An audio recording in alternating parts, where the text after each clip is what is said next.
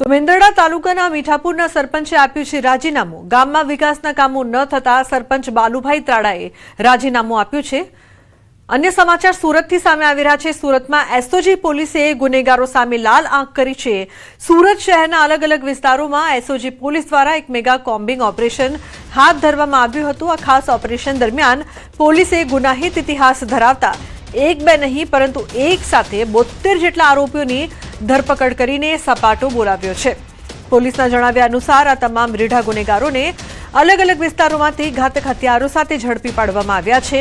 આ ઉપરાંત કાયદાની નજરમાંથી ભાગતા ફરતા એક તડીપાર ઇસમને પણ પોલીસે દબોચી લીધો છે અને તેની સામે કાયદેસરની કાર્યવાહી શરૂ કરી છે।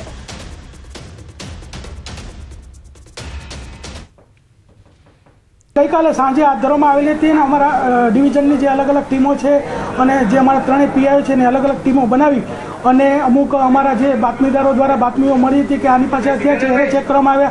अमुक रोड परथी मळी आव्या अने आ रीते जे समग्र कार्यवाही हाथ धरीने 72 हथियारो साथे 72 ईसमोने झड़पी पाडवामां आवे छे। आरोपीओ जे छे ए समग्र एरियाना छे पण सौथी वधारे लिंबायत, चौक बजार, अठवा, बेस्तान અને સલાબતપુરામાંથી વધારે પકડાયા છે। સુરતના ઉધનામાં ભાજપના યુવા મોરચાના કાર્યકર્તાની હત્યાની ઘટના બાદ સુરત એસઓજી પોલીસે ગઈકાલે રાત્રે સુરતના અલગ અલગ વિસ્તારમાં કોમ્બિંગની કામગીરી શરૂ કરી હતી। ત્યારે સૌથી મહત્વની વસ્તુ છે કે યુવાનો પાસેથી મોટા પ્રમાણમાં ઘાતક હથિયારો પકડાયા છે।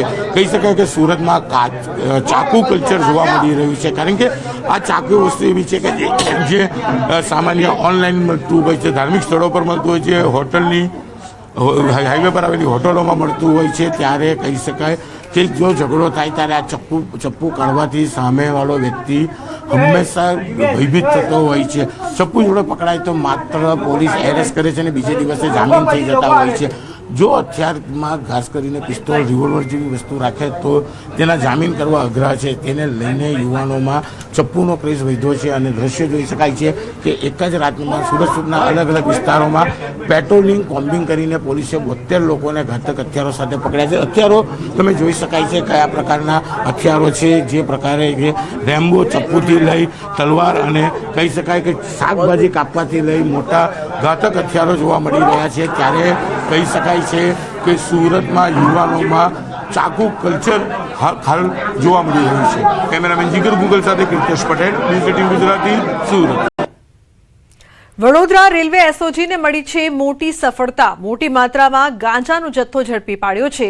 ટ્રેનના એન્જિન પાસે આવેલા કોચમાં છુપાવ્યો હતો જથ્થો। કોચમાં શૌચાલયમાં તપાસ કરતા 57.910 કિલો ગાંજો મળ્યો છે। પ્લેટફોર્મ નંબર 6 પરથી પૂરી ઓખા સુપરફાસ્ટ ટ્રેનમાંથી જથ્થો જપ્ત કર્યો છે। કુલ 28,95,500નો મુદ્દામાલ જપ્ત કરવામાં આવ્યો છે। બિનવારસી ગાંજો કોણ લાવ્યો હતો અને કોણે મંગાવ્યો હતો તે દિશામાં તપાસ શરૂ કરવામાં આવી છે।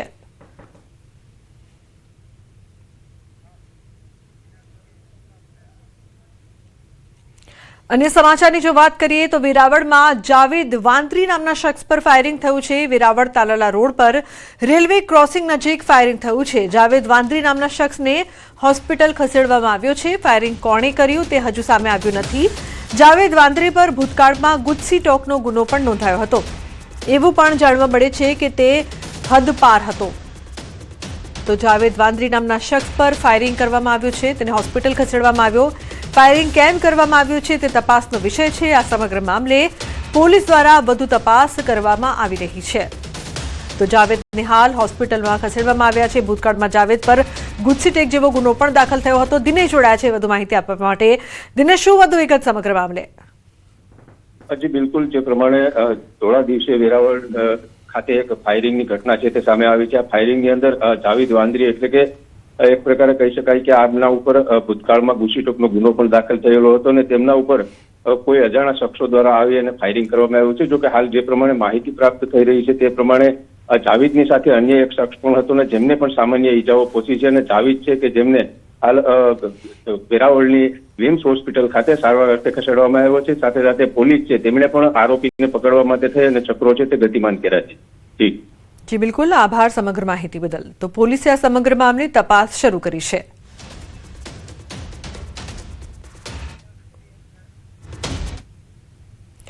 બનાસકાંઠાના કાંકરેજના અરણીવાડા ગામેથી ચોંકાવનારી ઘટના સામે આવી છે, જ્યાં 3 દિવસથી ગુમ થયેલા 28 વર્ષીય રાહુલ સોલંકી નામના યુવકની હત્યા કરાયેલી લાશ મળી આવી છે. મૃતક યુવક રાનેર ગામે પોતાના ઉછીના આપેલા પૈસા પરત લેવા ગયો હતો અને ત્યાંથી જ ગુમ થયો હતો. પરિવારે શિહોરી પોલીસને જાણ કરતા પોલીસે અલગ અલગ ટીમો બનાવીને તપાસ હાથ ધરી છે.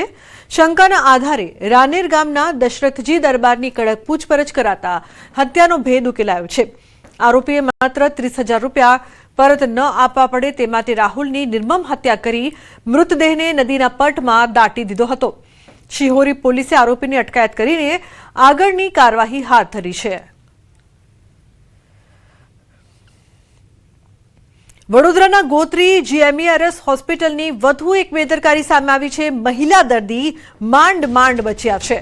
ચાલુ પંખો અચાનક લટકી પડ્યો. વાયરના કારણે પંખો લટકી રહેતા દર્દી માંડ બચ્યા.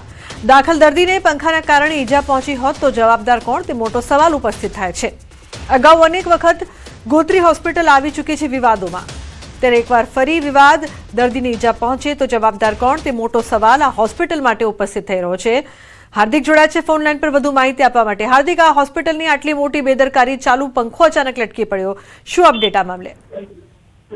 બિલકુલ, કોઈ બીમાર વ્યક્તિ હોય તો સાજો થવા માટે હોસ્પિટલ જાય, પરંતુ ગોત્રી હોસ્પિટલમાં ઘણા સમયથી આપણે જોઈએ છે કે દર્દી સાજો થવા માંદો થઈ જાય અથવા તો પછી ઇજાગ્રસ્ત થઈ જાય. કારણ કે આજે ઘટના ઘટી છે તે પણ આ પ્રકારનું ઉદાહરણ પૂરું પાડે છે. મહિલા વૃદ્ધ દર્દી જે છે તે પોતાના બેડ ઉપર સૂતા હતા, દરમિયાન અચાનક જે છે તે પંખો લટકી પડ્યો હતો. ચાલુ પંખો આ રીતે લટકી જવું એ કઈ હદે અત્યારે બેદરકારી જે છે તે જોઈ શકાય છે. એ વાયરના કારણે જે છે તે પંખો લટકી રહ્યો, પરંતુ જે વાયર તૂટી ગયો હોત અથવા તો ચાલુ પંખો મહિલા દર્દી પર પડ્યો હોત તો મહિલા દર્દીની કયા પ્રકારની સ્થિતિ થાત આ તેનો અંદાજો લગાવી શકાય તેમ છે. બીજી મહત્વપૂર્ણ વાત, અગાઉ પણ ભૂતકાળમાં અનેક પ્રકારની આવી ઘટનાઓ કરી છે જે ગોત્રી હોસ્પિટલમાંથી સામે આવી છે, પરંતુ કોઈ ઠોસ કાર્યવાહી જે છે તે કરવામાં નથી આવતી. ત્યારે આજે આ ઘટના બની, એમાં જો મહિલા દર્દીને ઈજા પહોંચી હોય તો તેના માટે જવાબદાર કોણ, સૌથી મોટો સવાલ અહીંયા ઉઠવા પામી રહ્યો છે. બિલકુલ, આભાર સમગ્ર માહિતી બદલ. તો આ પહેલા પણ આ હોસ્પિટલ વિવાદોમાં આવી ચૂકી છે.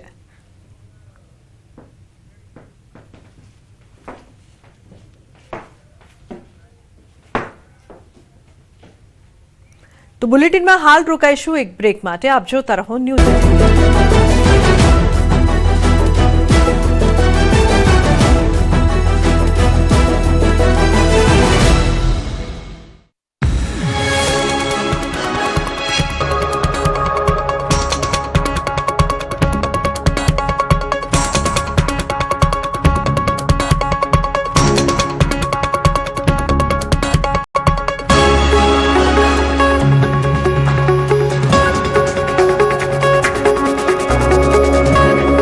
દેશમાં ચોમાસાનું કાઉન્ટડાઉન શરૂ થઈ ગયું છે. ગરમીથી રાહત મળવાની આગાહી.